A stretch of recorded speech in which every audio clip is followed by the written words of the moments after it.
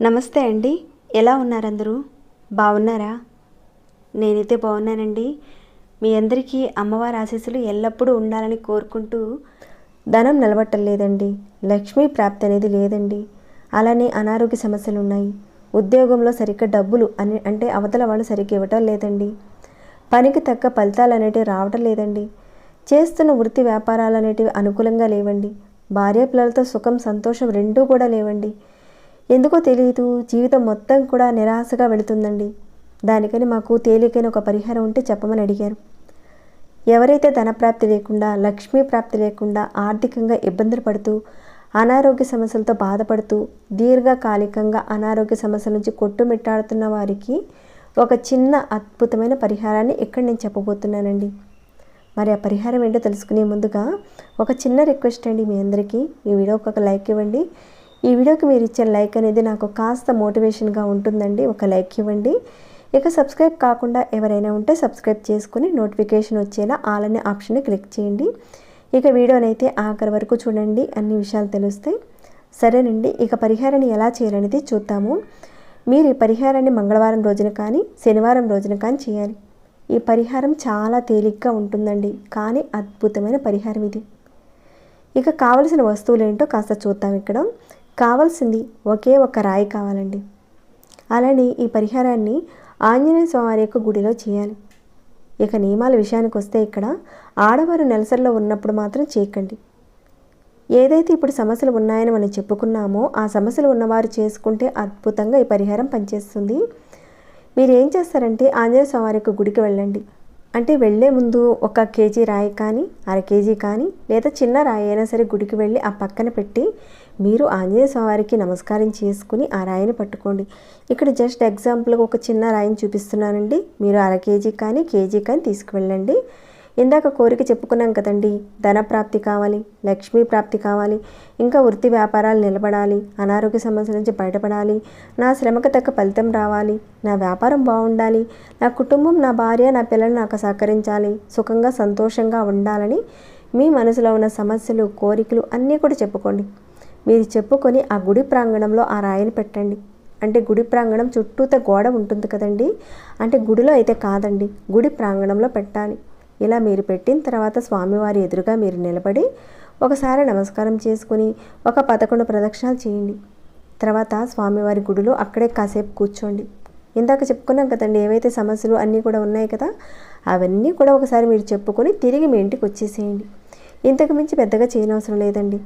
అసలు అక్కడ రాయి పెట్టడం ఏంటండి ఇలా అనుకుంటారు మీరు, అవన్నీ కూడా చెప్తానండి వీడియోలో. అయితే ఈ విధంగా మీరు మంగళవారం రోజున కానీ శనివారం రోజున కానీ పెట్టారు. ఇక పెట్టిన తర్వాత మీరు ప్రతి శనివారం ప్రతి మంగళవారం మీరు గుడికి వెళుతూ ఉండాలి. ఒక 11 ప్రదక్షిణాలు చేస్తూ ఉండాలి. ఇలా మీరు శనివారం రోజున కానీ మంగళవారం రోజున కానీ వెళ్ళి ఆ రాయిని అక్కడ పెడతారు కదండి, అక్కడ ప్రాంగణంలో ఆ రాయి ఉండాలి అక్కడే. ఒకవేళ మీరు వేరే ఊరికి వెళ్ళారు, పనిబడి వెళ్ళారు, అక్కడికి వెళ్ళినా కానీ అక్కడ ఆంజనేయ స్వామి యొక్క గుడి ఉంటుంది కదండి, ఆ ఊరిలో అక్కడికి వెళ్ళి స్వామివారి గుడిలో ఒక 11 ప్రదక్షిణాలు చేసుకుని మీ యొక్క కోరిక సమస్య అనేది చెప్పుకోండి. అంటే ఆ ఊర్లో అనే కాదండి, మీరు బయట ఊరికి వెళ్ళినా కానీ ఇప్పుడు చెప్పుకునే విధంగా మంగళవారం రోజున కానీ శనివారం రోజున కానీ వెళ్ళినప్పుడు అక్కడ ప్రదక్షిణాలు చేసుకోండి, ఒక 11 ఆ ఊర్లో ఉన్న ఆంజనేయ స్వామి యొక్క గుడిలో. ఇక మీరు ఎక్కడైతే ఈ రాయి పెట్టారు కదండి, ఈ విధంగా మీరు స్వామివారి గుడికి వెళుతూ ఉంటారు, ప్రదక్షిణాలు చేస్తూ ఉంటారు.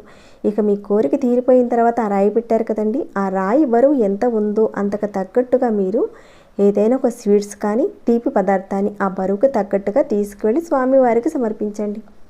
పంచదార, బెల్లం కానీ ఇవ్వచ్చని అడుగుతారేమో, స్వీట్స్ కానీ లేదంటే ఏదైనా తీపి పదార్థాన్ని ఇవ్వాలండి. మీలో కొందరు అనొచ్చు, మేము గుడి ప్రాంగణంలో మీరు చెప్పినట్టుగా రాయి పెట్టామండి, కానీ ఆ రాయిని ఎవరో తీసేశారు, ప్రస్తుతానికైతే అక్కడ లేదండి, మరి ఇప్పుడు ఎలా అండి అని అంటారేమో. ఎందుకంటే ఈ డౌట్ అనేది చాలామందికి రావచ్చు, తప్పే లేదండి. అంటే గుడి అంటే అక్కడ పెద్ద గుడి ప్రాంగణంలో పెడితే ఎవరు కూడా తీయరండి. ఎందుకంటే దేవాలయాల సంగతి మీ అందరికీ తెలిసింది, రాయి పెట్టేసిన తర్వాత ఎవరు చూడరు. ఒకవేళ మీకు అనుమానంగా ఉంటే మీరు అందుకని కాస్త ఒక 1/4 కేజీ కానీ లేదా ఒక కేజీ కానీ ఒక 1/2 కేజీ రాయిని అలా పెట్టేశారనుకోండి, ఎవరు కూడా తీయరు, అది అక్కడే ఉంటుంది. లేదా మీరు పెట్టేశారు, మీ కోరిక అంతా కూడా తీరిపోయింది, కానీ ఆ రాయి మాత్రం అక్కడ లేదు పెట్టిన చోట, కానీ మీరు రాయి అక్కడ పెట్టారు కదండి, ఆ రాయి కనీసం ఒక అర కేజీ కానీ పావు కేజీ కానీ అంత బరువు కలిగిన రాయి పెట్టారని మీకు ఒక ఐడియా అనేది ఉంటుంది. లేకపోతే మీకు ఇలాంటి అనుమానం ఉంటే మీరు ఏం చేస్తారంటే ఆ రాయిని తీసుకువెళ్ళి, అంటే మీరు ఈ పరిహారం చేయడానికి ముందుగా ఒక రాయిని తీసుకువెళ్ళి తూకం తూయించండి. ఇది ఎంత బరువు ఉంది అనేది మీకు తెలుస్తుంది. తర్వాత ఈ పరిహారాన్ని మీరు మొదలు పెట్టండి. అక్కడ మీరు పెట్టిన చోట మీ కోరిక పూర్తయిపోయిన తర్వాత అక్కడ రాయి అనేది లేదు. అప్పుడు మీరేం చేస్తారంటే ఇప్పుడు చెప్పిన విధంగా ఒక ఐడియా ఉంటుంది కాబట్టి స్వీట్స్ని కానీ తీపి పదార్థాన్ని కానీ స్వామివారికి ఇవ్వండి.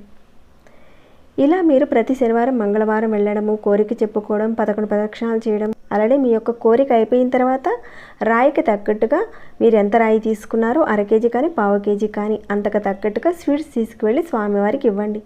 అద్భుతమైన ఫలితం ఉంటుందండి. పర్వత ప్రాంతమైన దేవాలయాల్లో శ్రీశైలము, తిరుమల, మంగళగిరి, పానకాల స్వామి ఉంటారు కదండి, ఆ కొండ దగ్గర అంటే అలాంటి కొండ ప్రాంత దేవాలయాల్లో రాళ్ళని మెట్లుగా కడుతూ ఉంటారు. మీరు చూసే ఉంటారు. రాయి మీద రాయి పెడుతూ ఉంటారు, కోరికలు చెప్పుకుంటూ ఉంటారు, చాలామంది చేస్తూ ఉంటారు. మీలో ఎంతమంది ఈ విధంగా చేశారు చూశారనేది నాకు చెప్పండి. తరతరాలుగా కొందరు చేస్తూ ఉంటారు పుణ్యక్షేత్రాల్లో. ఇక్కడ అర్థం ఏంటంటే మన మనసులో ఉన్న కోరికలన్నీ మనం ఎప్పుడైతే చెబుతామో ప్రకృతి ప్రేరణగా ఆ పదార్థం అనేది పట్టుకుంటుంది. చాలామంది చెబుతూ ఉంటారు కొన్ని వస్తువుల్లోనూ మనం మనుషులుగా ఉన్నప్పుడు కానీ లేనప్పుడు కానీ ఆ చైతన్యం ఉంటుంది ఆ వస్తువుల్లో. ఏదైతే దేవాలయాల్లో మనం పెడతామో ఆ కర్మలు ఏవైతే ఉన్నాయో, మనల్ని పట్టి పీడిస్తున్న ఆ గ్రహాలు ఏవైతే ఉన్నాయో అవన్నీ కూడా శాంతింపబడతాయి. మనకు మెల్లమెల్లగా పనుల్లో అనేటివి అనుకూలత వస్తుంది. ఈ చిన్న రాయి ఉపాయం చేసి చూడండి, నమ్మకంతో చేయండి. అద్భుతంగా 100కు 100% ఫలితం వచ్చి తీరుతుంది. ఈ పరిహారం చేసిన తర్వాత మీరే అంటారు చాలా మంచి పరిహారం చెప్పారండి అని. మరి ఈ వీడియోని ఎంతమందికి మీ ఫ్రెండ్స్కి కానీ మీ ఫ్యామిలీ మెంబర్స్ కానీ ఈ వీడియోని ఫార్వర్డ్ చేస్తే అంత మంచిదండి. ఎందుకంటే డబ్బులు ఖర్చు కాకుండా చేసుకునే పరిహారం కేవలం ఒక రాయి పెట్టడమే, నమ్మకము, ఇక గుడికి వెళ్ళడం, ఇదొక్కటే కదండి. కాబట్టి ఈ చిన్న పరిహారాన్ని మీకు తెలిసిన వాళ్ళందరికీ కూడా వాళ్ళందరికీ మంచి జరిగేలా ఈ వీడియోని షేర్ చేయండి. ఇంకా లైక్ చేయకుండా ఉంటే ఒక లైక్ ఇవ్వండి. మన సనాతన ధర్మంలో ఉన్న ఇలాంటి విషయాలను మీరు ఆచరించాలనుకున్నా, మీకున్న సమస్యలను పోగొట్టుకోవాలనుకున్నా, కోరికలు తీరాలన్నా కానీ మన ఛానల్ నుంచి వచ్చే వీడియోస్ని మీరు మిస్ కాకుండా ఉండాలి అంటే ఛానల్కి సబ్స్క్రైబ్ చేసుకొని డైలీ వాచ్ చేస్తూ ఉండండి. మరొక భక్తి వీడియోలో మళ్ళీ మిమ్మల్ని కలుసుకుంటాను. అంతవరకు సెలవు.